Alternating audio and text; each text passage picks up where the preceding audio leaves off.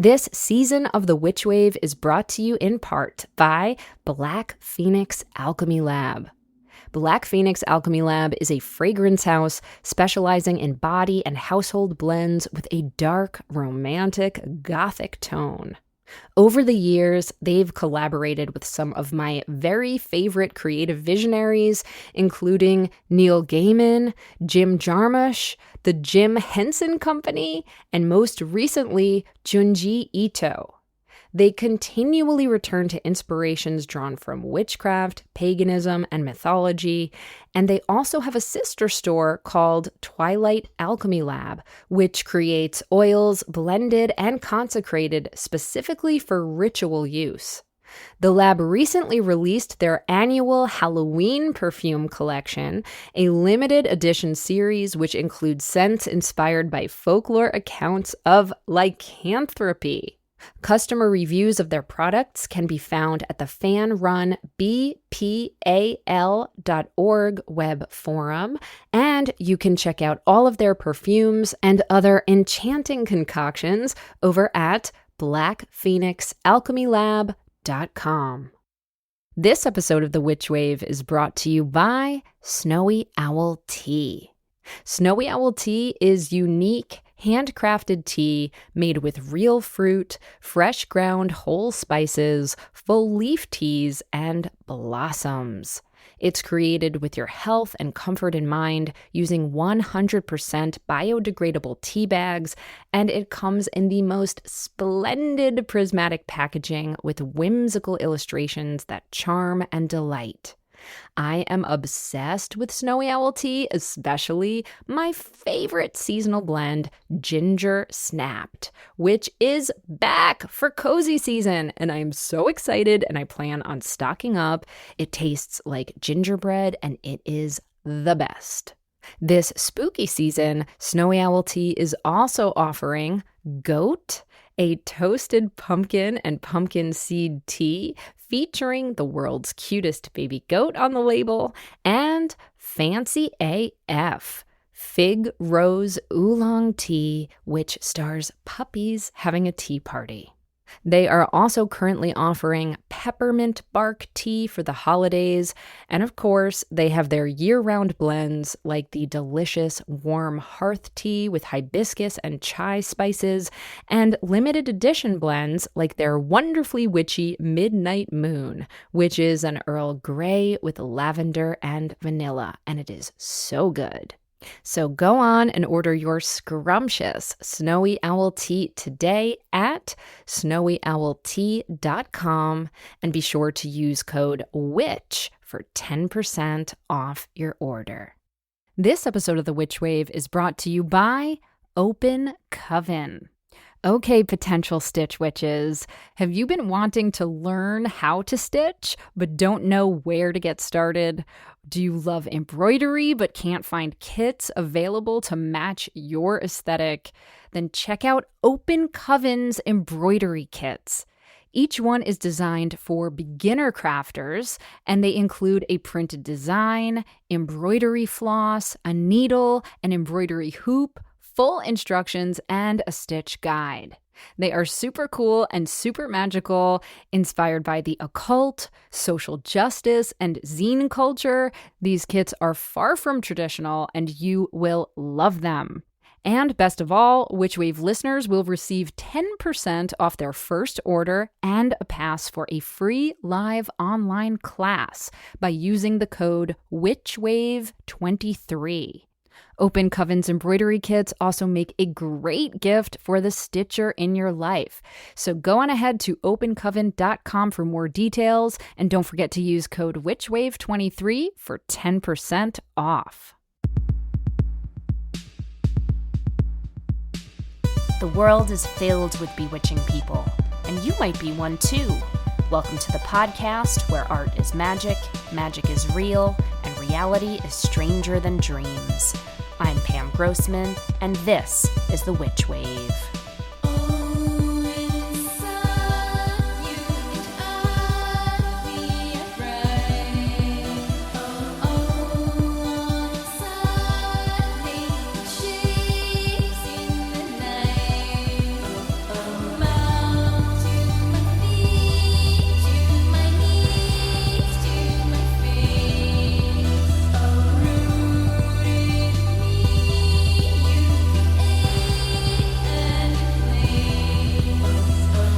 Hello and welcome to the Witch Wave. My lovely friends, there is so much going on right now, and I imagine that like me, you are perhaps grappling with how to balance your personal struggles and strivings and celebrations with the global strife which is happening right now, specifically in regard to the conflict in Israel-Palestine, though of course that is just one of many deeply challenging, to say the least, things to be concerned about at the moment. But I just want to say at the top of the show that I'm going to speak for a bit now about my feelings regarding what's been happening in Gaza and in Israel-Palestine overall. And this is not what the entire episode is going to be about, but this is what I feel called to talk about right now. So if you have the capacity to listen, and I hope you do, I am really appreciative of your presence and your consideration. And I also feel called to speak about my intentions for this episode, which is an episode that overall is, I think, actually quite uplifting and magical and loving. But I still feel called to add further context to it and to clarify my intentions for it, because it is such a sensitive time. And you're about to hear two witches of Jewish ancestry talk about Israel-Palestine for a bit. And then my guest and I do have a wider conversation about Jewitchery and sacred arts, and it is really juicy and really inspiring. But given that sensitive moment that we're in, I just feel the need to state for the record a few things regarding my current thinking and feeling about all of this. And I'm going to say this carefully and thoughtfully, and no doubt still imperfectly, because like you, I am a human being. And you might not agree with every exact word I choose or even with my opinions, but I ask that you receive them and that you receive this episode in the spirit intended, which is one of love and compassion and a real desire to manifest true, deep peace and to hold nuance and care at the center of this conversation. So, as you know, I am a witch and I am Jewish. You've heard me sometimes refer to myself as a Jewitch, as many Jewish witches do. And so the love of my ancestry and my family is deep and eternal and something I'm very proud of and protective of. I also have family living in Israel. They are blessedly safe and doing fine right now. But after the brutal attacks on October 7th, there was real fear that they might not be okay. And it took a while for my family to find out that everyone was indeed safe. And I'm so grateful that they are all, at least for the time being, doing just fine relative to the horrors happening in the region.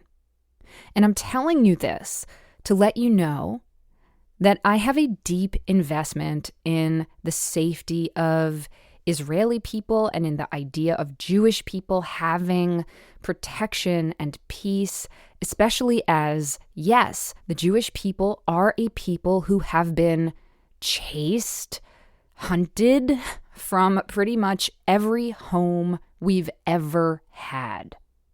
And let's be clear, anti-Semitism and persecution of the Jewish people did not start on October 7th.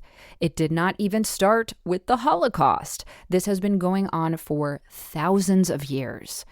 And so the trauma and deep longing for safety is an intergenerational wound that Jewish people carry with us, whether or not we are even fully conscious of it. And so my love for Jewish people, my sympathy for and with Jewish people is not just intellectual or hypothetical or even just emotional.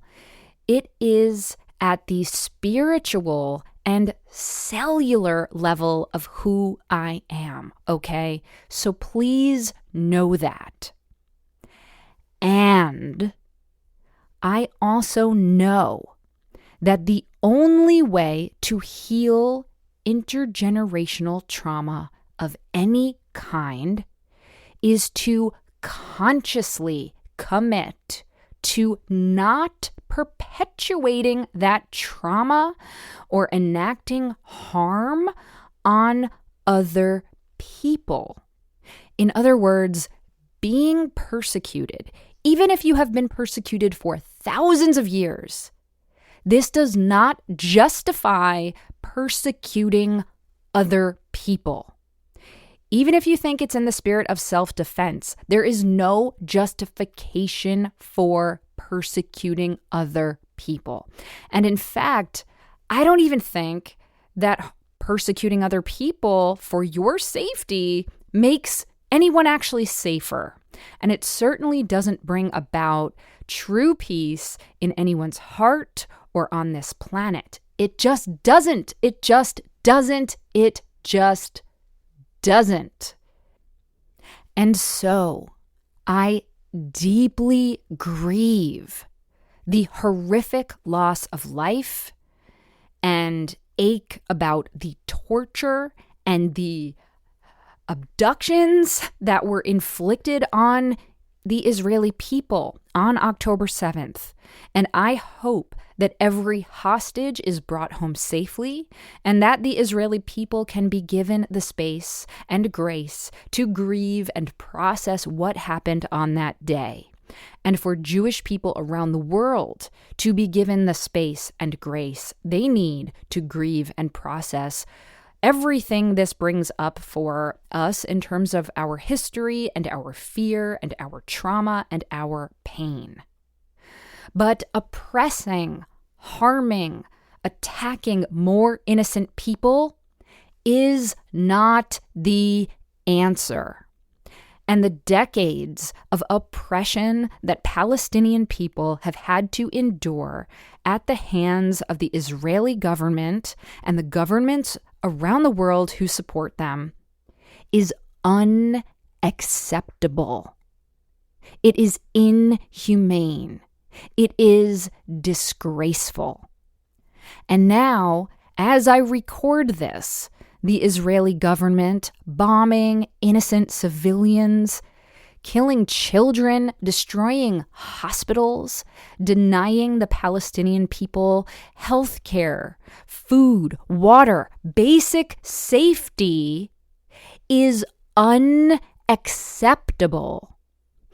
And it is honestly wild to me that this is a controversial statement, but here we are in these times.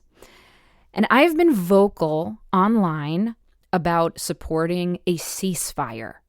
And yes, I also desperately want the Israeli hostages to be brought home to safety.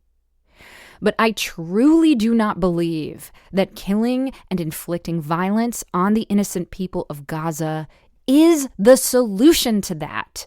Now, you might disagree, but that is how I feel. And let me also just say that if you do disagree, okay, I understand people have different perspectives, or you might disagree with part of what I'm saying, or you might think that what I'm saying is too idealistic, but realistically, we have to do it this other way. You know, all right, you are entitled to that different opinion. But if you do disagree with me, or with anyone else who is calling for ceasefire and calling for peace, you in turn calling me or anyone else awful names or otherwise bringing your own toxic anger and aggression and harm to these conversations is also not helping. Just putting that out there. So let's all take a breath.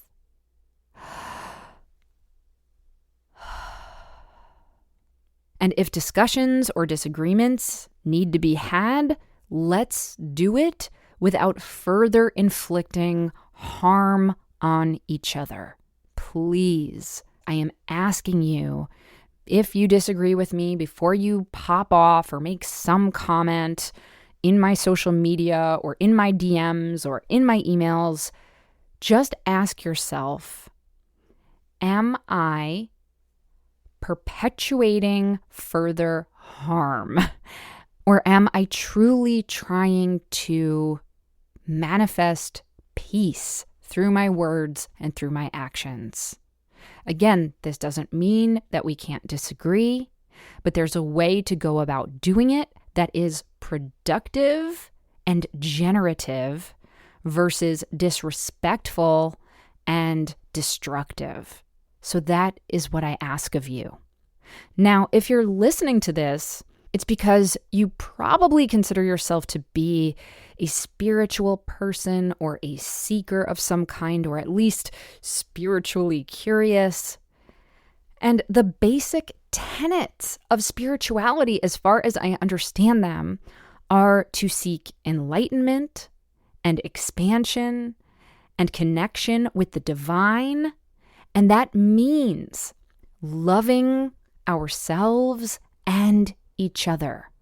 Not in a Hallmark card, coffee mug kind of way, but to truly love and care about one another, because we are all each other. We are all interconnected. We are all of capital S Spirit. And so no matter our bodies, our backgrounds, our nationalities, our faiths, we are one. Okay?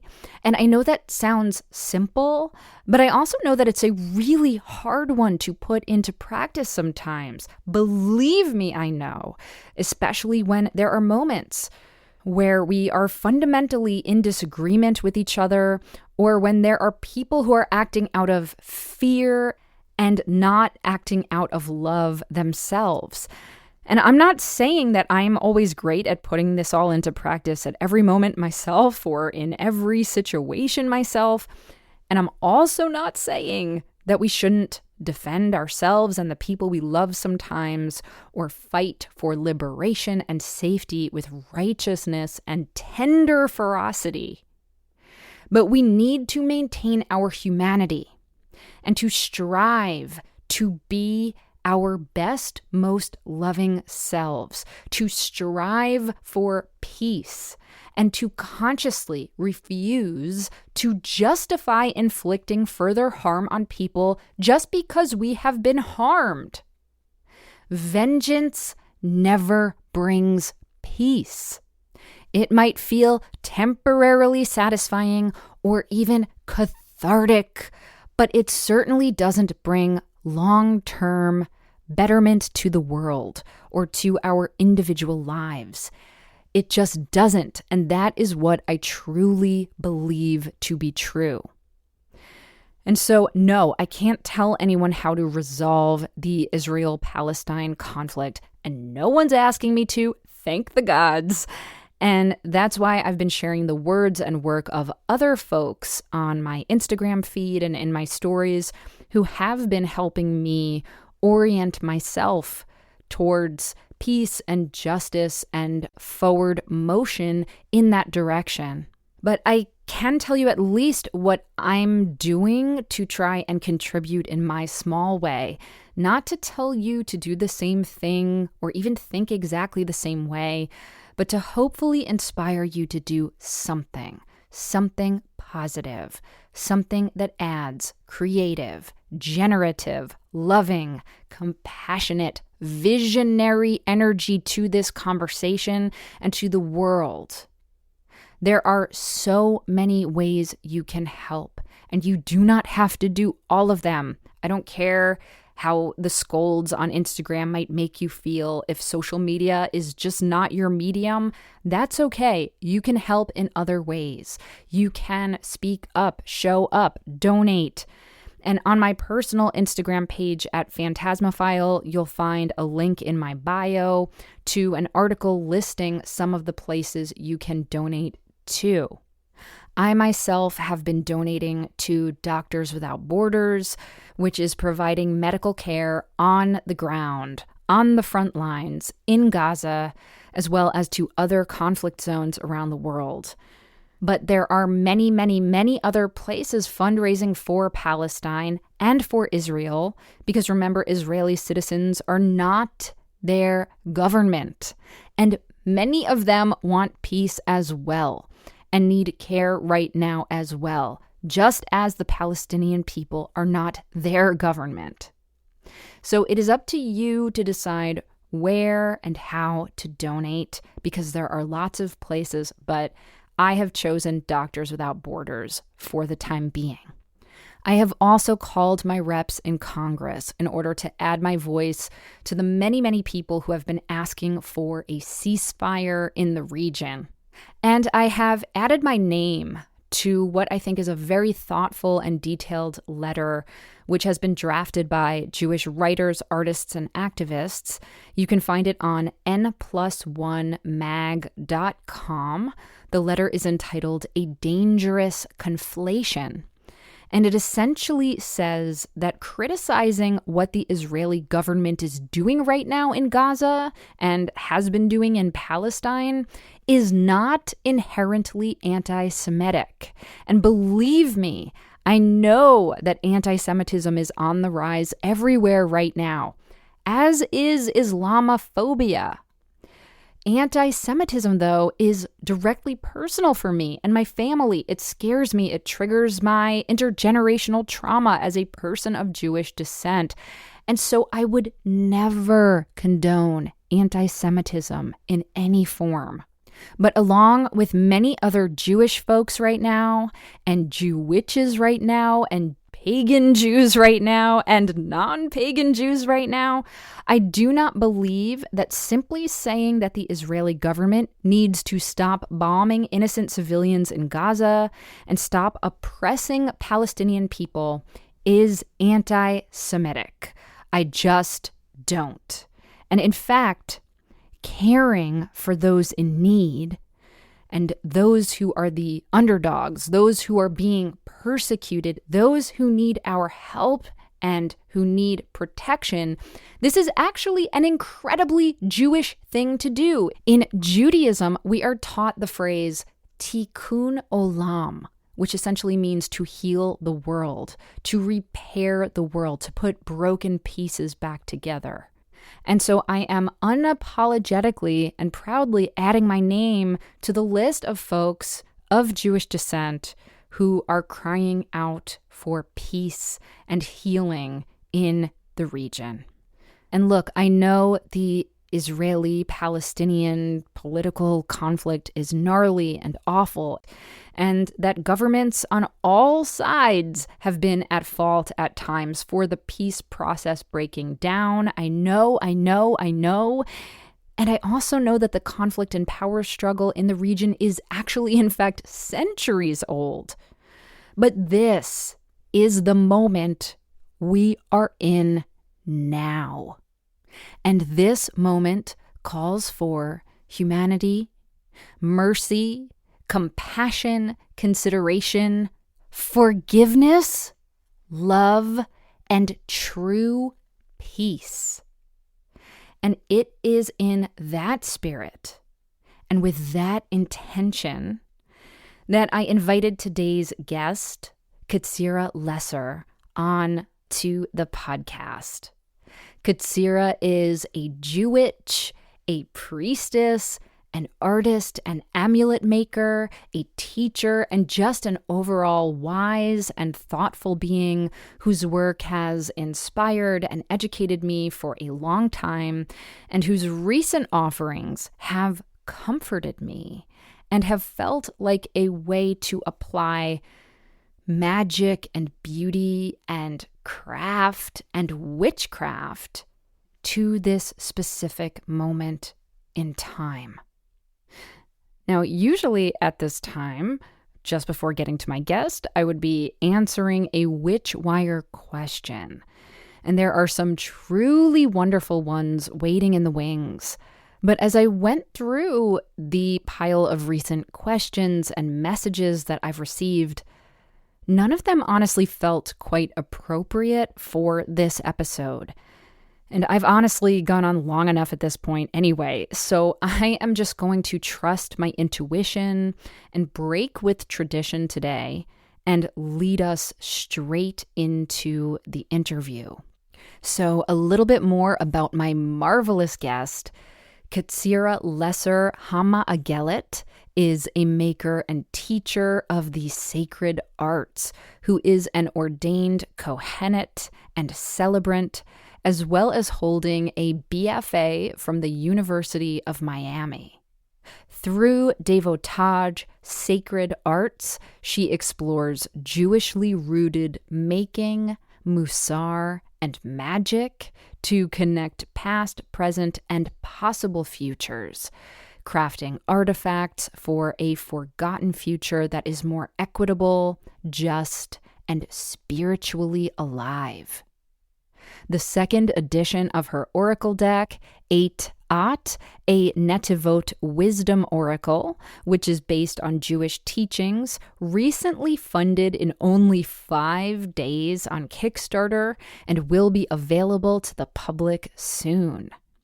And let me just say that Ketzirah and I talk about Israel-Palestine for maybe the first 20% of this conversation, but then we discuss so much more about her magic and art and about Jewitchery in general. And I found the whole thing to be quite uplifting and inspiring. So I promise it is not only going to be about conflict and pain. There is so much beauty and bewitchment packed into this episode, and I absolutely loved it. I hope you do too, and I hope that you will listen to it with open ears and an open heart. Ketzirah lives in Washington, D.C., but for this episode, she joined me from her travels via Zoom.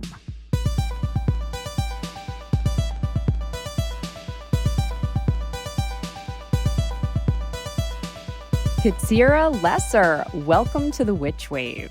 Thank you so much for having me, Pam. I'm so thrilled to have you, and I'm so happy to see your face just a few weeks after we met in person for the first time. You were a speaker at the Occult Humanities Conference at NYU that I co-organized, and you were tip-top of my list of people I wanted to hear speak, and you are tip-top of my list of people I wanted to speak to on the Witch Wave. So I'm so thrilled and so grateful that you're able to make the time. Same. And as you know, I was fangirling back at you through the entire conference. So amazing. Absolutely. I don't usually put a timestamp on these interviews because I want them to be evergreen and I want people to be able to enter into them at any time. But because you and I are both Jewitch Americans, and because there is currently the conflict that is unfolding and unfortunately accelerating in Israel-Palestine, I do just want to state for the record, you and I are speaking on October 28th. This will air in early November. So by the time people hear this, certainly more things will have transpired. But just very quickly, I just wanted to do a check-in. How are you doing? How are you feeling about everything that's happening in the region? I think your covers a fair amount of it. Yeah, I've always said I'm neither Zionist enough nor non-Zionist enough or anti-Zionist enough. Everybody's always mad at me, basically, because I really believe in living in the paradox of this, as a friend of mine put it recently, and I thought was really apt. I feel terrible about all of it. My family's very diaspora. I don't have direct connections to Israel-Palestine except being Jewish. Everything is sort of 1 to 2 degrees of I have many friends who are Israeli, or I have many friends who are American Jews who have family or deeper connections. But beyond that, you start with the first part of October 7th, the largest massacre of Jews since the Holocaust, right? It's really hard not to sit with that. And full stop for me calling it a terrorist attack. Yes, there's a lot happening in the region prior, there's history, but it doesn't matter. People were massacred. And then there's part two, which is so tragically, the Israeli government didn't give anyone time to mourn and didn't call for a national week of Shiva, of mourning. They went right into war. So now, before anyone, the world could mourn with them, Jewish people could take a breath all over the world. Suddenly, Gaza is being leveled. And while Hamas is, without question, to me, a terrorist organization, I don't put that on the entire Palestinian population. Simultaneously grieving so many deaths on one side and also looking at what's happening to so many hundreds of thousands, millions of people right now because they happen to be Palestinian and have had nowhere to go. Sitting in that paradox of the pain of the terrorist attack, and now, at least in my understanding of it, the Israeli government committing war crimes. Like, I don't know what to do with that information. And anything that one posts online right now is viciously attacked. I don't remember witnessing as many posts that actually were simply compassionate with comments off about almost any other situation. And that in itself, to me, is also really tragic, that people are so afraid of being attacked for saying, stop murdering people. Exactly. Everybody, stop murdering everybody. It is simultaneously a lot to hold, and I have to remember I'm not the center of this in any way, shape, or form. And I think that's the other piece, is being a diasporic Jew, we collectively tend to get spun up pretty easily. We have a lot of ancestral trauma that gets activated, and I'm not physically in danger. And so always remembering that and trying my level best to center those who are over in Israel-Palestine right now, who are in active physical danger. And who lost their lives. It's very hard to like a short answer, right? Other than sitting in the paradox. I feel like it's the easiest short answer. Thank you, my friend Riv Shapiro. I think that's so beautifully said. I think we should probably just state for the record unequivocally that I believe you share my sentiments. I'll speak for myself anyhow. That I absolutely believe in peace. I absolutely believe in nobody harming the other person on any side. Neither you nor I are political experts, but clearly what has happened in this region did not start on October 7th. And there's a whole gnarly, painful history with a lot of blame to go around on all sides. But clearly, the Palestinian people have been suffering at the hands of the Israeli government for decades now. And I don't think either you nor I support that kind of suffering. And I think you and I both share that we have an intention of wanting to see peace happen in this region. Am I putting words in your mouth, or is that fair to say? You are not putting words in my mouth, and I'll take that one further. The occupation is untenable. What I don't feel confident in any way speaking to is what the solution is, right? So there are a lot of people who have like the very clear. I haven't heard anybody other than the two-state solution, which feels like a pipe dream. I haven't heard anybody with a solution that feels realistic, but without question, the occupation is untenable. What's happened previously in Gaza, what's happening in the West Bank still is horrible. And Israelis also have a right to be safe. It's so absurdly complicated. I don't think anybody is tuning into the Witch Wave for a solution to the conflict in the Middle East. Thank goodness, because I certainly couldn't offer that. Neither can you. I do want to pivot into the work you do, the connective tissue here being something that you made with your magic gave me visual language, magical language, literal language, at least help make me feel that I could share something positive on social media, frankly, because I have been someone who, and I don't want to get into all the annoying details of it, but I've had people make all kinds of comments. Why aren't you saying enough? Why aren't you putting it this way? Blah, blah, blah, blah, blah. And it hasn't been too bad, but I have gotten a little bit of that feedback. You created a sigil. And for those listening, a sigil is essentially a magically charged emblem or symbol.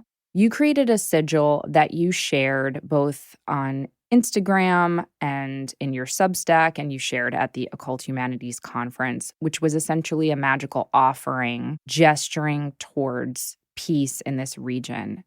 Can you explain this sigil to folks? Clearly, it's better if they see it with their own eyes, and I'll link to it in the show notes. But can you talk about how you developed this sigil and what your intention was behind it?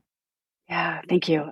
The pressure to say something every time the world blows up is weirdly enormous. And in this particular one, I didn't know what to say.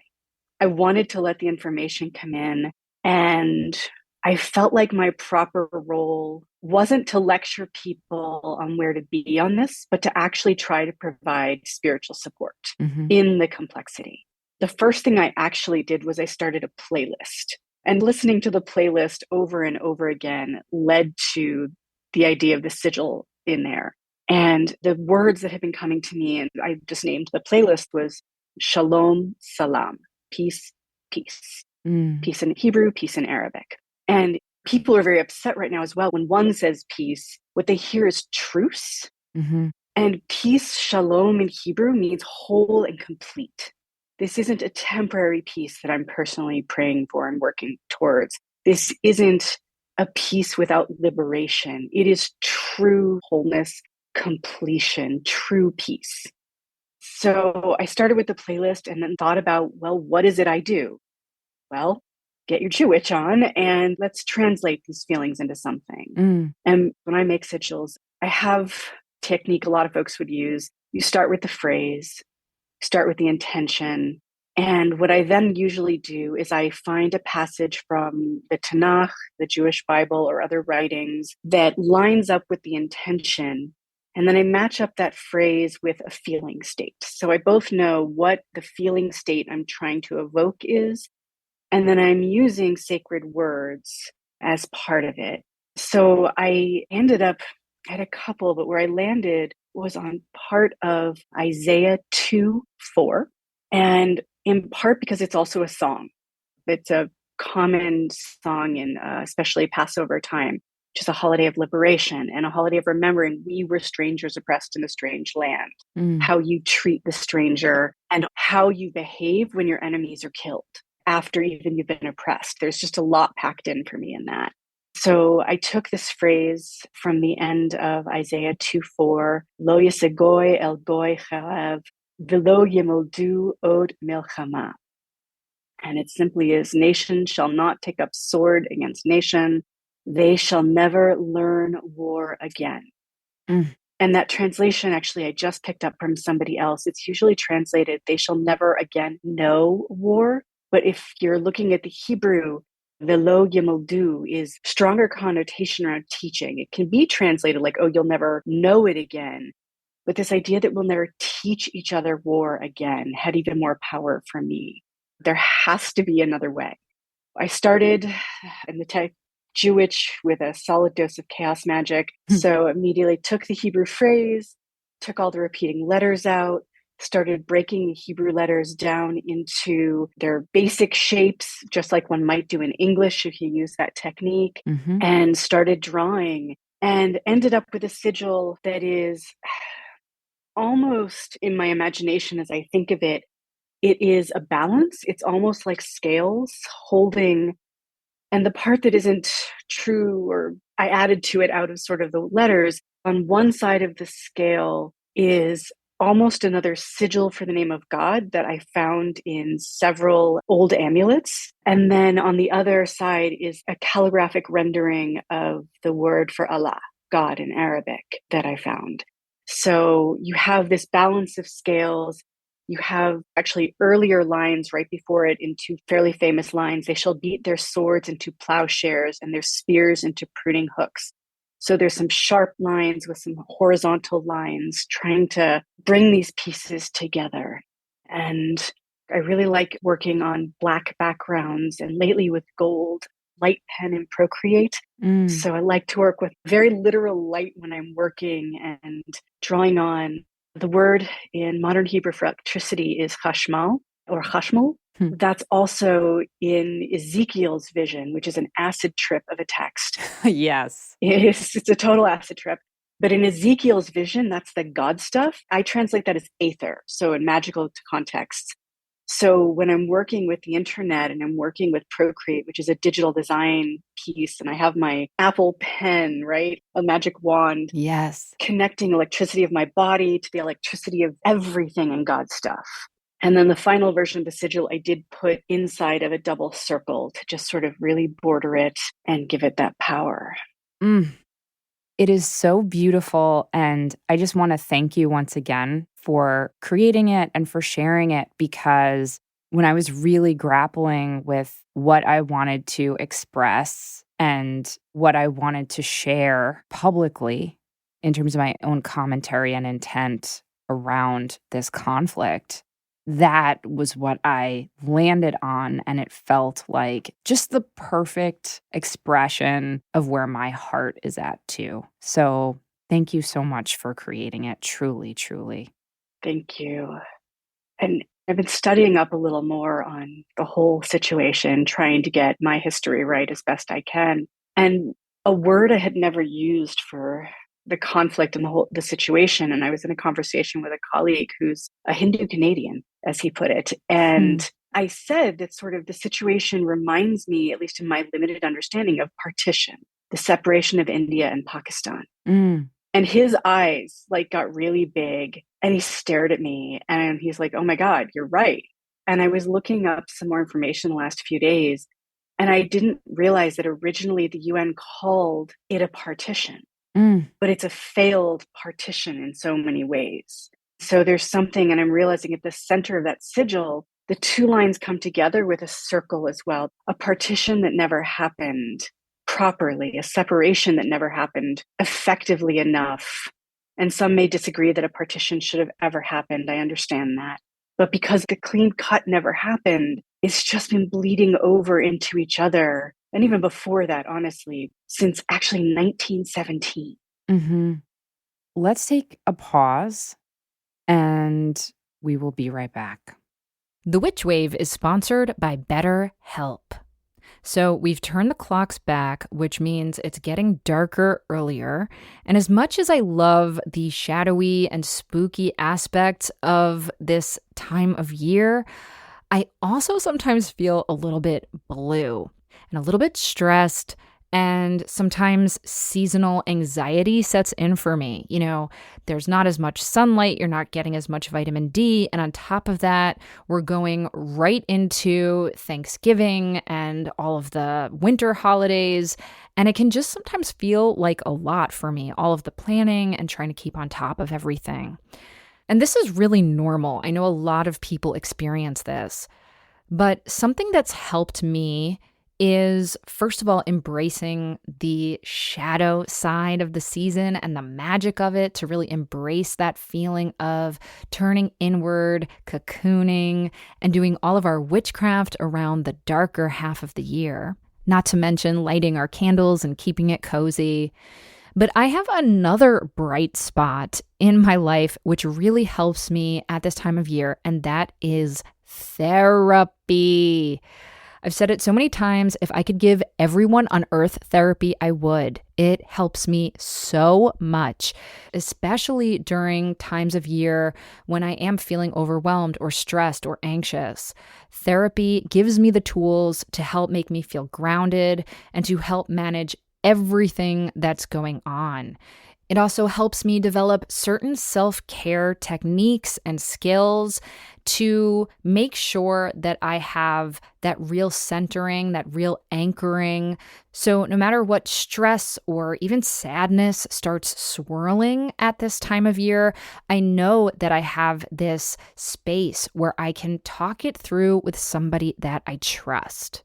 And even though I can't wave my magic wand and give therapy to everyone on earth, lucky for us, technology helps make it more accessible, especially thanks to BetterHelp.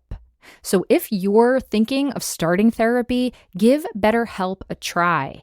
It is entirely online. It's designed to be convenient, flexible, and suited to your schedule. And all you have to do is fill out a brief questionnaire to get matched with a licensed therapist, and you can switch therapists at any time for no additional charge. Find your bright spot this season with BetterHelp. And if you visit betterhelp.com/witchwave, you will get 10% off your first month of online counseling. That's BetterHelp, spelled HELP.com/witchwave. Exciting news, the Many Moons Lunar Planner is now shipping! With endless uses and endless opportunities to grow and glow, the 2024 Many Moons Lunar Planner is your guide to self-discovery. Focus on what's most important to you with prompts, encouragements, and rituals alongside tarot spreads, spells, and exclusive essays. This is such a unique resource for magic, expansion, and introspection for each new and full moon, all of the astrological transits, and info for the entire year, and so much more. See why this lunar planner has a devoted following, and I count myself among them, and set yourself up for success next year by ordering your copy of the 2024 edition today at moon-studio.co. That's moon-studio.co, or by clicking the link in the show notes. Would you like even more Witch Wave? Do you wish that you could hear from me and my other magical guests on a weekly basis? And what about doing monthly rituals with yours truly? Then come join me over on Patreon, where you'll get bi-weekly bonus Witch Wave Plus episodes, ad-free Witch Wave episodes, and detailed show notes for all. I also lead a monthly online magical workshop, which you can attend live or watch the recording of at your convenience. Rewards for some tiers also include magical merch and contests where you can win Witchly prizes each month, as well as early heads up about my other workshops before they sell out. And you can even sign up for the opportunity to work with me one-on-one. And all backers get access to our exclusive digital coven, where you can connect to a community of other wonderful Witch Wave witches around the world. So what are you waiting for? Head on over to patreon.com/witchwave now and sign up. It's a magnificent way to get more magic in your life and to support the show. Thanks so much. Welcome back to the Witch Wave. Today I'm speaking with Ketzirah Lesser. So, Ketzirah, I want to zoom out a bit. We focused on this beautiful sigil that you've created. That is just one of many, many, many offerings that you create and provide folks with. Well, why don't you describe yourself in your own words? How do you describe yourself? I was going to say a priestess, a Jewitch. How do you describe yourself these days? Yeah, the simplest version I use is maker and teacher of the sacred arts. I like that. Especially being Jewish, and I function in both normative Jewish worlds and magical Jewish worlds. And in normative Jewish worlds, saying you practice Jewish magic or you're a Jewitch doesn't always go over great right away. Yep. Not that I apologize for it in any way. And I find the word sacred arts strips away some of the assumptions people might have by whenever you say the word magic. What I mean by it, or even Jewitch, may not be what they mean. And I find that sacred arts sets it in a way that allows a little more room for what my definitions might be. Yes, it's a wider open circle. I understand that. And you also have this lovely, I don't know if you would call it an epithet, a title that you sometimes add to your name. Would you tell us what that is? Sure. Yeah. The secondary title, the title is Ha-Ma'agelet. So Ha is the, Ma'agelet is circle maker. So I was blessed to be ordained through the Kohenet Hebrew Priestess Institute. So I hold the title of Kohenet, which simply means priestess in Hebrew. And then one of the practices of the Institute, which closed this past fall, recently, just a few months ago, when you're ordained, not only did everybody take the title of Kohenet, but you had to also choose what your unique work was through a name or a title, basically. I have one of the shorter ones. Many people have a lot of words. I have a one word that I felt packed everything I needed and has flexed with me over the last 15 odd years. So it's covered a lot of material for me over the years. I love that. And of course, the first time I read that title, my ears perked up because I'm familiar with the Jewish folktale of Honi, the circle maker. And so I was wondering if there was some connection to him. And I don't know if you remember off the top of your head who exactly he was, but I'd love to hear if there was any connective tissue there. Absolutely, yes. Ma'agelet is the feminine form of Ma'agel, which would be Honi. Hebrew's a gendered language, except for the awesome folks doing non-binary Hebrew right now. Yes. It's a whole movement on that. Different show. Honi Hamagel, he is a Jewish wonder worker from the Talmud and Jewish mythology. And if you did magic that was considered acceptable and approved, you were a wonder worker. Oh, you also had to be male. That was another rule. Always, obviously. Always. And there's a great story. It's one of the more famous ones where a town needed rain desperately and they called Honi in and he drew a circle in the ground. And I looked at it again not that long ago. And it doesn't say the ground, actually. They assume ground. So it could be he drew a circle in the air. Yeah, I was right in that. Not sure if that part's Hebrew or Aramaic, but I was right in it, like staring at it word by word. I was like, it doesn't say ground. It just says drew a circle. I love that. A lot of assumptions. So it says he drew a circle and he called out to the divine and said, I'm going to stay in this circle until it rains. So I look at him as a practitioner of magic within a very Jewish frame. And he's also a cautionary tale later on. So a reminder that even if you are practicing within an acceptable frame, sometimes people decide you no longer are. Mm-hmm. That's right. Yes, very much took the name from him. And also, one of my forms that my magic takes is embroidery. So I'm working with embroidery hoops all the time. So there's the circle maker aspect that comes in for me of working within circles a lot. I love that so much. And clearly, as a priestess, you're making circles of ritual, circles of community. It is such a beautiful and powerful epithet. I love that.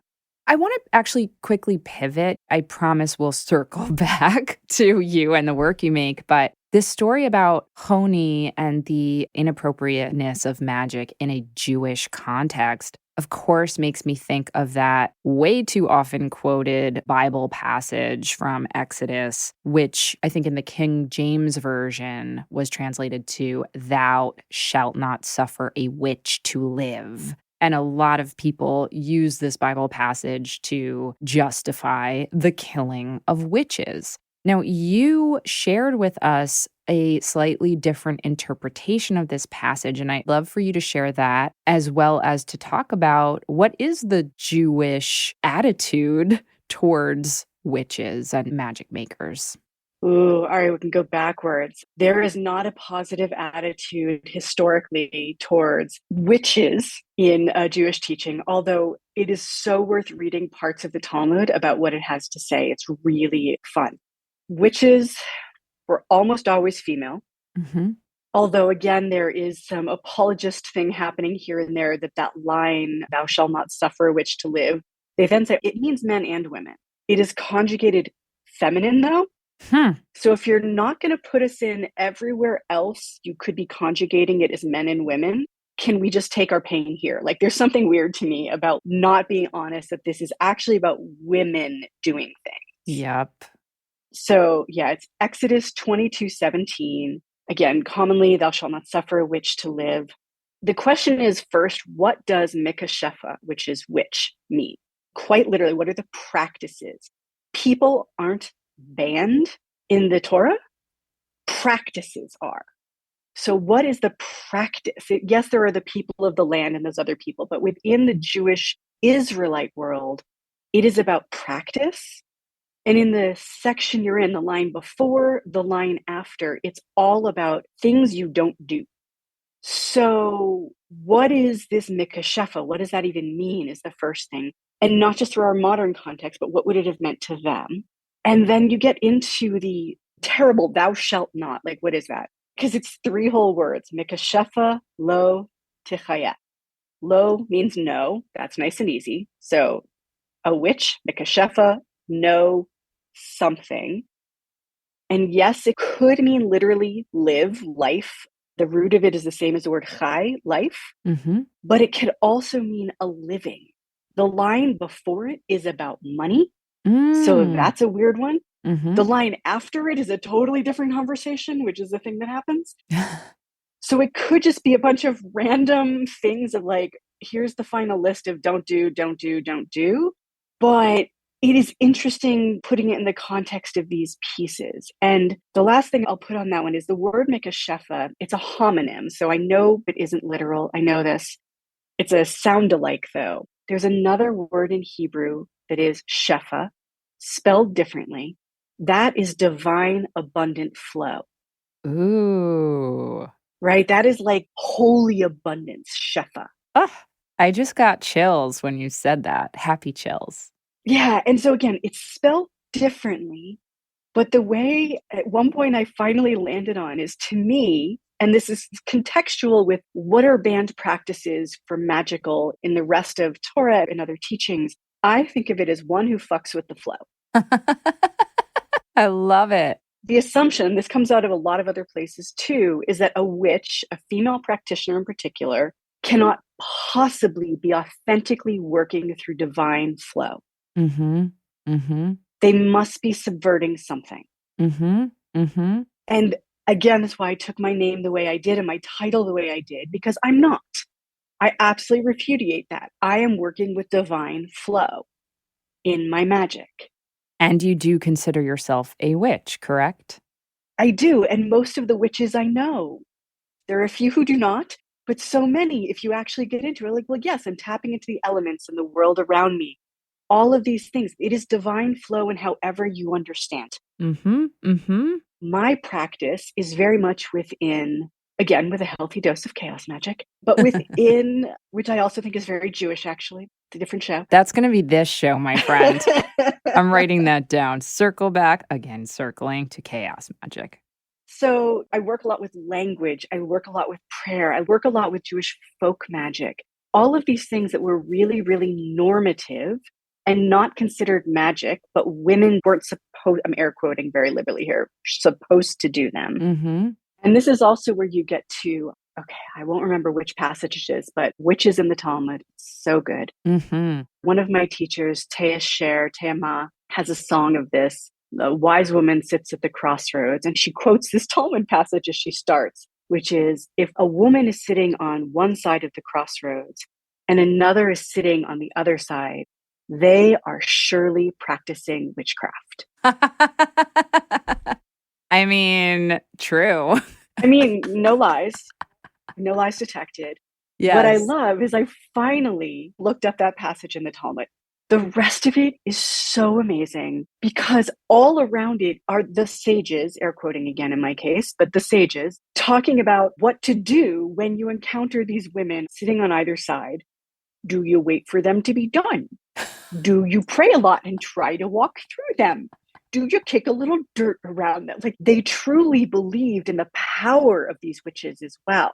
Yes. Which is why the sages, and this is again the utter hypocrisy of everything in life, the sages were allowed to learn magic so they could defeat the evil witches. The male sages. Yes. Yes. Yes. It was fine because they were only learning it to defeat evil witches. I mean, yes, lots to unpack there. I also want to just like tease out a little deeper this idea of the living part, where there are those interpretations, as you said, of some people saying that this passage implies like, okay, they can be a witch, but they shouldn't charge money for it, or they shouldn't be able to support themselves doing it, correct? That is one potential interpretation, to make a living. Yeah, and I believe I heard that the first time from one of my other teachers, Rav Kohenet, Rabbi Jill Hammer. Should have also called Tema Rav Kohenet from throwing titles around here. And yeah, she brought that in because one of the other contexts in the Torah, at least again in my understanding, an awful lot of it is a story of consolidation of power. Mm. Throughout the whole Tanakh, so the entire Jewish Bible, for lack of a better word, so prophets, all of those other writings as well that we include, there's an awful lot about power consolidation in there. Who is allowed to have power? Who is not allowed to have power? Unless you are someone who, and if you are, I apologize, and this is cool, you're listening to this podcast. If you are someone who believes that the Torah was quite literally handed word for word to Moses on Mount Sinai, you're not going to agree with anything I say.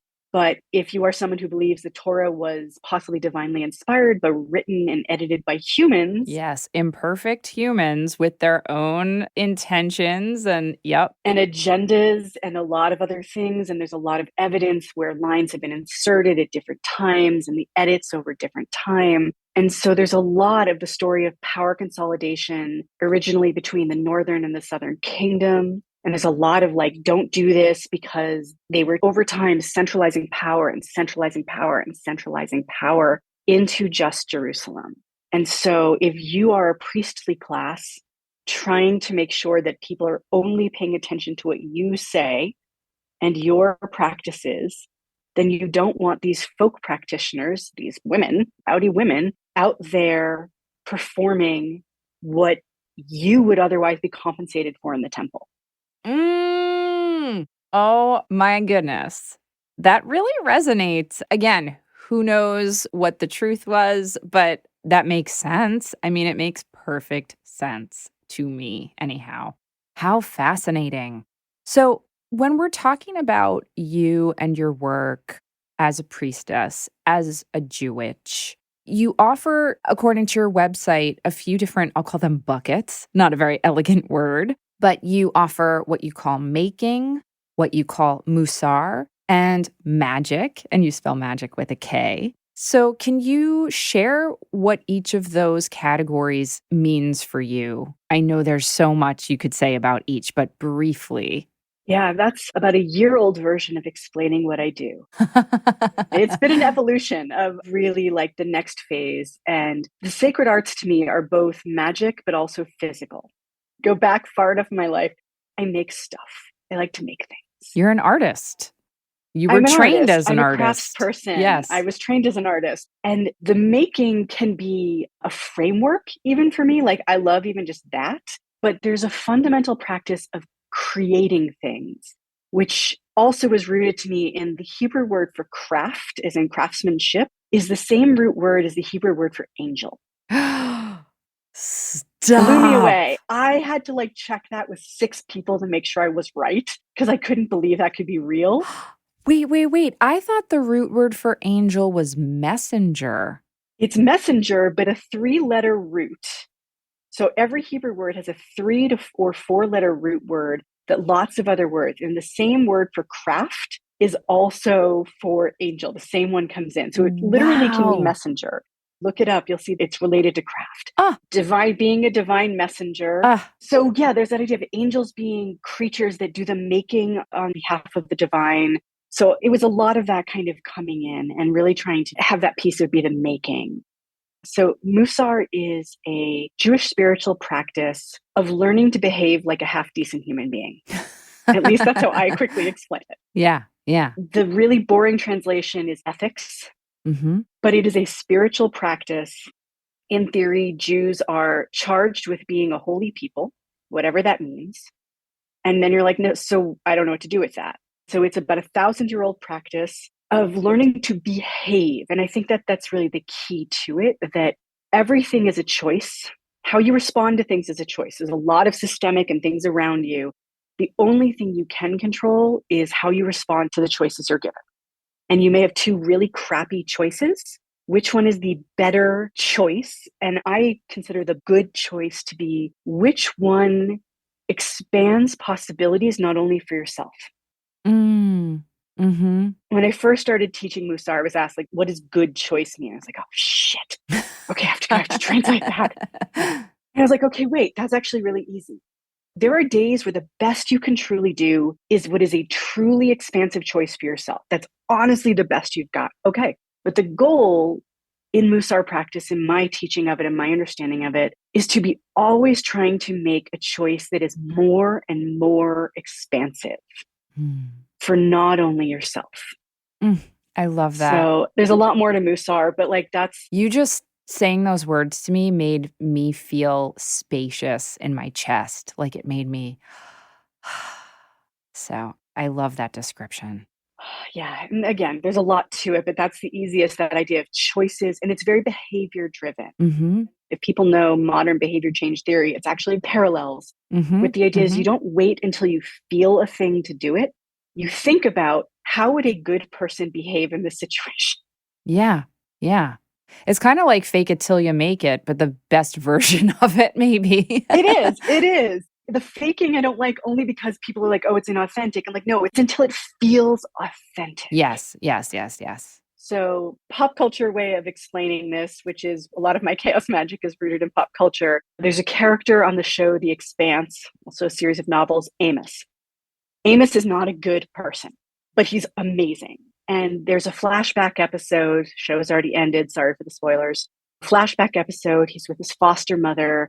He's a little kid and he looks at his foster mother and says, are we good people? And she says, no, we're not, but we can learn to behave like them. And I paused and I'm screaming at my husband. Yes. Took a minute to get to the word Musar, and then he knew where I was going. But it's that idea. And in that, it's you have this person that you've identified that you know makes expansive choices, not only for themselves, but as many people as possible. And again, more to it, but it's a really good way of like, again, what's the behavior? How do you behave first until it feels like a natural choice? And it goes the other way too. The easier bad choices are, constricting choices, the easier they get to make and the bigger they get. How interesting. Okay, so that's Musar in a nutshell. In a nutshell. Okay, so the third one is magic. Magic, which I actually prefer to spell with a Q, but no one else does. And so to not confuse people, I still do CK for the larger magical world. Wait, let's pause. So you prefer to spell it Magiq? Yes. Ooh, très chic. So chaos magic, which I do conceptually love so much of, my understanding is the choice of the word chaos is actually rooted in the Hebrew word tehom. So it's not chaos, whoa, crazy, right? Or even chaos Muppets, right? It's chaos as in the void. It comes from the first lines of Genesis, tohu vavohu, the chaos and the void. And that is undifferentiated God stuff that all creation came out of. The prima materia, if we're using alchemical terms. Yep. Yeah. I throw the Q in that case for this idea of tehomic magic, which, as far as I know, one of two practitioners of. It's myself and my magical partner right now, Angelique Rivera. And we have been Jewitching up chaos magic in our practice by really taking some of the things we love. I feel like it's the most chaos magic thing since it's do whatever works. Yep. Taking the aspects we love and then really putting them through the filters we live in, her as a Jewitchery priestess. Ooh. So she's a Puerto Rican woman who's also Jewish and a witch and a bruja. A lot of things there. Love. A priestess of liberation who keeps me very honest. And filtering it through. And so the Q is sort of that idea of tehomic, and somehow we landed on it one day that flipping the C or the CK, and then sort of what's another letter that lands there. And in transliteration of Hebrew, to get really annoyingly pedantic, the letter that is sometimes translated as a Q is the Hebrew letter kuf. Also the first letter of my name in Hebrew. I love it because it's sort of the eye of the needle, the way it's shaped, but it also means monkey. So it reminds me not to take myself too seriously at the same time. Like it feels like epically chaos magic. So I throw a little koof at the end of it. So you have this like chaos magic thing. I Very love silly, that. yes. I love it so much. On that note, we're going to take another quick break and we'll be right back. I'm so excited to share that from author and prior Witchwave guest Benabel Wen comes I Ching the Oracle, a historic new translation of the I Ching that brings the power and mysticism of the Book of Changes to contemporary readers. Through in-depth annotations, cultural and historical references, and magical practices, Wen amplifies the wisdom of the 3,000-year-old text. She includes aspects of the I Ching that have never before been translated into English and offers a critical analysis of earlier I Ching transmissions. Readers will learn how to situate the I Ching within its historical and cultural context, interpret the hexagrams, utilize various divination methods, and so much more. I can't wait to read this book myself. So whether you're new to the I Ching or an experienced occultist, I Ching the Oracle will deepen your understanding of esoteric Taoism and the art and craft of divination. It's available now wherever books are sold, but if you head over to www.northatlanticbooks.com and use code WitchWave25 at checkout now through January 31st, 2024, you will get 25% off of I Ching the Oracle plus free shipping. This offer is limited to recipients within US-based mailing addresses only. So go on ahead to northatlanticbooks.com and order your copy of Benabel Wen's I Ching the Oracle using code WitchWave25. This season of The Witch Wave is brought to you in part by Sphere and Sundry, an astro-magical atelier where you can get expertly elected materia magica, oils, incense, bath salts, salves, inks, beauty oils, and more, which have been ritually crafted during rare, powerful, and benefic astrological configurations. And oh my word, I can tell you firsthand, this is the stuff. These formulas are chosen in accord with the strict requirements of the talismanic tradition outlined in the Picatrix and other ancient grimoires, meaning you can benefit from the power of amazing astrological transits even when the stars haven't aligned. These are incredible tools for witches who are looking to embrace the manifestations and results of their spell work, especially the Luna in Cancer series. And I myself have the Luna in Cancer incense, and it is a dream to use for any kind of lunar magic. Venus materia can be used for love, glamour, and attraction. Regulus for fame and recognition, Asclepius for healing and transformation, and Deneb al-Gedi for protection. I also used several of Sphere and Sundry's magical products on site in Greece during our group rituals, and they were so potent and so exquisite. I can't say enough good things about them. Since 2018, Sphere and Sundry have been a key driver in the rising tide of popularity and interest in astrological magic, amassing over 5,000 five-star reviews and field reports on their website. Most orders ship within one business day, and Sphere and Sundry is also well known for their incredible customer service, as they are their magical results, and I can attest to that as well.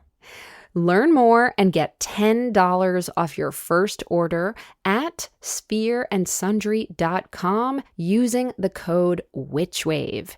That's sphereandsundry.com, sphereandsundry.com, and use code WitchWave for $10 off your first order. I want to tell you about a new witchy, queer-led podcast called Psyche Magic, where psychotherapist Jordan Hale interviews artists of all stripes about working with the subconscious via dreams, tarot, and the spirit realm. These free-form, playful conversations are about integrating the magic of symbol into both waking and dreaming life, deepening a sense of interconnection, creativity, and self-knowledge. Jordan's velvety voice and nurturing energy are perfect for relaxing and sending you off for a restful and sometimes eventful night's sleep. If you're like me, you're a practical witch who wants to put those 7 or 8, or dare I say 9, hours of sleep to good use. And the Psyche Magic podcast will help you learn to work mindfully with your dream material and cultivate sustainable practices around reveling in your inner world. So grab your nearest dream journal and check out this dreamy podcast. You can visit their website at psychemagicpodcast.com. That's PSYCHE magicpodcast.com, or by searching Psyche Magic wherever you get your podcasts. Welcome back to the Witch Wave. Today I'm speaking with Ketzirah Lesser. So, Ketzirah, you broke down the 3 different offerings with the understanding that sometimes those categories sort of weave into each other. And one of the offerings that you create that I'm so drawn to and delighted by are your fiber arts, your amulets that you make. In addition, you make stickers. You are creating an oracle deck. So all of these artistic offerings that are also, to my mind, magical talismans of a sort. Can you share a little bit about what it is you make that is artistic and magical and how that's rooted in your Jewitchery? Happily. So amulets are a big piece of what I do. They're a very normative Jewish magic. Talismans, amulets, they're such normative Jewish magic, even if in some cases folks will do mental gymnastics to not call things amulets. But my amulet work, at least for the last few years, has been very rooted in extracting out forms of amulets in the past would have been ink on parchment. So a lot of not a parchment, maybe a few symbols, very large, complex ones as well. Historic Jewish amulets are maximalist, deeply maximalist. Yes. And the world of Judaism that I've been in for 20 odd years, it's not minimalist, but it likes to refine things to their essence. So it'll take a prayer that is paragraph and paragraph and paragraph, and it'll pick out 3 words that are the heart. And you will chant those for 10 minutes. It's almost Sufi-like in some ways, right? When you think about that, I tend to do the amulets is the same thing. I'm not a trained scribe. My handwriting is terrible. And I work in embroidery a lot. So I distill them and I distill them. Sometimes I will literally write the words on the linen. I work a lot in linen or wool. And I'll write the words on there first, or I'll make a sigil and I'll transfer it onto the fabric in there. And what I love is it gives me this very slow magic process. Stitching is not fast. It literally painfully slow sometimes. Sure. This is gross, especially because I have COVID right now. I promise I'm not working on anything someone's going to get right now. Literally, my bodily fluids end up in them because I'm licking fiber, right? My sweat is in it. I'm obsessed with the microbiome as a magical partner. So my microbiome, right? The auric layer is a layer of the microbiome. I'm interacting with the materials. They're all interacting together. And then eventually it gets to somebody else and it's interacting with them and their microbiome, right? There's, to me, a very chemical, biological transfer in this as well. I love this so much. I also want to make sure we're defining the term amulet because I know people use talisman and amulet sort of interchangeably. And my understanding is they're not, that an amulet is a distinctly protective device, whereas a talisman can be either, but is usually about manifesting something. Do you agree with that kind of definition or those definitions, or do you use the word amulet in a different way? I use amulet for anything with a specifically intended purpose. So the manifesting or something else, I kind of use it that way too. I almost flip it, where a talisman is more of almost like a spiritual reminder. I feel like it's the most Jewish thing. I'm like quoting people and I'm trying to remember like who I said things to me so I don't take credit for their words. A Kohenet Shira Marni Rothman introduced me to the idea of amulets as post-it notes to God. Or post-it notes from, right? It's a thing. You have amulets that you wear and they're on you. Judaism has a lot on the walls. That visual, every time you see it, it's like that reminder and you're sending that little bit of energy out to remind of a thing that's supposed to be happening. Interesting. Most amulets are protective in some way, but I've certainly done ones that have intent beyond simply protection. Okay. Okay. You do create these both stickers of golem, but physical dolls, or I don't know if there's a different word you would use. Glamim. Glamim. I knew it was something like that. Okay, glamim. Terrific. It's glamim. It's amazing. Although in my mythology, it's almost like fish and fish. I do golem and golem. Yes. Or golemet and golemet. I just make everyone's life easier. And I know it's wrong. And the way I write it is golem and then a slash and then et, because I have no idea what their gender is. I think they're non-binary creatures. Yes. And I invite anyone who adopts one of mine to have a conversation with them to find out who they are. Oh, I love it. Both a name and if and any on the gender side.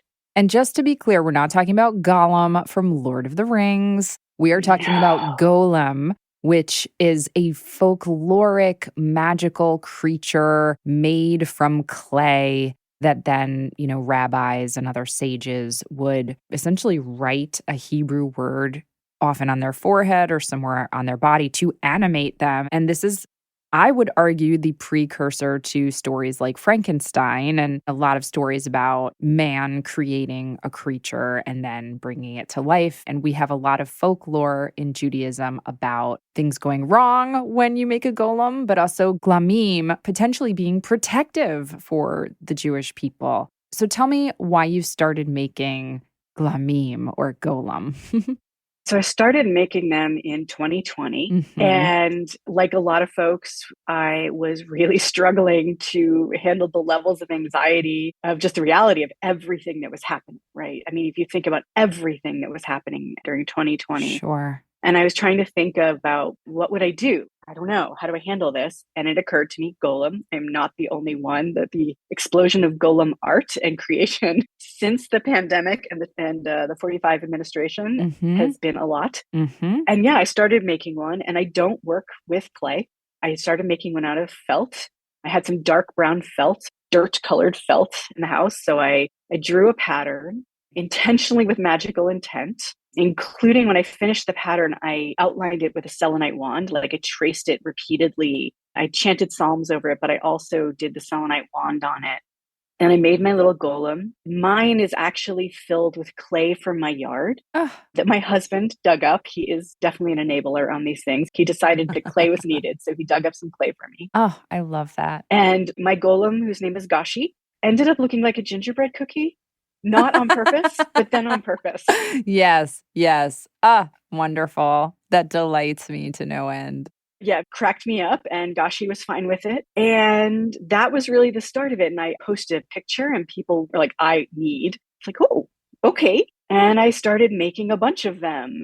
And then I learned how to make stickers. That was actually the gateway drug to stickers. And I made a glitter golem stickers. I was like, I think I need glitter golem. Yes. And then, as happens, my husband said, could you make a glitter golem? And I was like, oh, could I? And the next thing I knew, I found glitter fabric, and there's a whole bunch of glitter ones happening. They're really hard to make. They're very painful to make.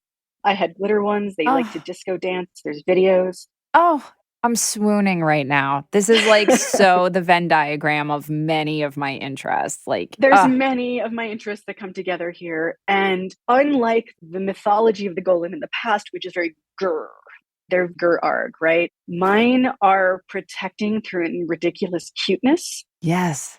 Not taking shit too seriously. This is my thing. And they will slap someone silly for you. I mean, that's for sure. They will get you to dance first to help you shake up your anxiety. They love to be good listeners, and they're protectors in helping you feel strong. And they have the Hebrew word emet, which means truth, written on them, which is said to be the signature of the divine. If you take the first letter away, it becomes the word for death, which is also how you deactivate your golem if you ever need to. Yep. And then in some of the legends, along with the word for truth being written on their forehead or on their chest, there's another scroll placed inside of them that people don't know what it is, but it's really like the mission of the golem. And so all of mine also have a scroll inside, which are the final words of Psalm 33, which has been used to ward off plague and epidemic. Perfect. And it's in feminine God language, the way I do it. I use it from the Kohenet Siddur, and so it's feminine God language. Oh, okay. You and I are going to have to talk offline about me commissioning a glitter golem. There's more coming. Are there? Oh, good. I'm getting there. We have to get to the Oracle deck first because I owe people Oracle decks right now. Yes. But yes, Gashi has been staring at me, insisting that we get back to doing some new golem. Yes. Ketzirah, I'm glad you brought up the Oracle deck. We are coming up on time, but I must hear about this deck because I must figure out how to procure one from you. So it is 8-At, a Netivot Wisdom Oracle, 2nd edition. It is a 53-card Oracle deck based in Jewish teachings, inspired by the teachings of the Kohenet Hebrew Priestess Institute of Blessed Memory. And it's based in the teachings, but also my more than 15 years now as an ordained Kohenet. So the core concept is a concept called the Netivot, which means pathways in Hebrew, simply means pathways. Sometimes people think of them as archetypes. And when you are training as a Kohenet, you are taught 13 pathways of the divine that have appeared in feminine form in Jewish teachings, in femme or feminine forms. Since so much of normative Judaism is masculine, even if people say God is neither male nor female, you are still given this masculine over and over. And so this is very rooted in femme forms that are for anyone, regardless of gender. And so it's rooted in that. The big change for the 2nd edition is there's a 4th suit now that I had a vision of, but I got a clear message to let go of so I could actually finish the 1st edition. With the 2nd edition, it is now fully realized there, although I still think the 1st edition is fabulous. Yes. The Kickstarter did fully fund, and now I'm working through the last hurdles with the printer to get through printing. I have to redesign the tuck box, but that is the actual last piece that has to go, and it'll be at the printer. And for those like me who unfortunately missed the Kickstarter, will there be some extras available? Yes. The fabulous folks from the Kickstarter helped fund a print run of about 300, I think is what I'm doing. Yes. Okay, wonderful. Well, listen, Ketzirah, I feel both so full from our conversation and also like, oh my goodness, there's 97 other things that I wanted to talk to you about that we didn't get to. So I sincerely hope that you will come back, and I hope you and I will have many, many more conversations offline because you just inspire me and you inform me, and I just adore you. I mean, it's that simple. Before we go, can you please let the good folks know how they can work with you, how they can learn from you, read your Substack, all the sites and links that you care to shout out? Absolutely. Yep. And Mutual Fangirl Society here, Pam, without even the slightest question. So you can find me just about everywhere under Devotage, DEVOTAJ. Sometimes it has to be _arts or something like that. The website is devotage.com. Substack is devotage.substack.com. And those will get you to the Instagram or my TikTok foolishness. I don't know what to do with TikTok. I'm too old. Not too old. You don't have to be too old for that. I'm just really silly. I'm ridiculous on TikTok. The website, Instagram, and Substack are really the main ones. Perfect. Well, listen, I hope that your golem helps heal your COVID as quickly as possible. I hope it helps bring even more silliness and foolishness to your magic and to the world. And thank you again for being here and making all the magic you make. Thank you so much for having me. I really appreciate it. That's it for the show. Thank you again to Ketzirah Lesser for sharing her inspiring, encircling magic with me. Do you have questions, feedback, need some witchly advice, or just want to share something magical that happened to you recently? Please do drop us an email or a voice memo at witchwavepodcast@gmail.com. We'd love to hear from you, and you just might make it on the Witchwire. The Witch Wave is a Phantasmophile production written and produced by me, Pam Grossman. This episode was recorded and edited by Josh Wilcox and/or Walter Nordquist and myself. Our theme music is the song Hand and I by Lycanthia. Our new Witch Wave logo was designed by Thunderwing, And special thanks, as always, go to Matt Freeman, Laura Antal, and Cece Pascal. You can check out information about this and other episodes on our website and now buy Witchwave merch over at witchwavepodcast.com. Please subscribe to us on your favorite podcast app, and do consider giving us lots and lots of sparkly stars and glowing reviews. It really, truly does make a difference and helps other people find the show. You can follow us on Instagram and Facebook at WitchWavePod, and you can check out my witch emoji for iPhone by going to witchemoji.com or downloading it in the App Store. My book, Waking the Witch, is available everywhere now, and the Witchcraft book I edited and co-authored for Taschen is as well, so thank you for checking those out too. And if you want more Witchwave, or you would just like to support the show, please do join us over on Patreon. That's patreon.com/witchwave. Thank you so much for listening. Witches are the future. I'll catch you next time on The Witch Wave.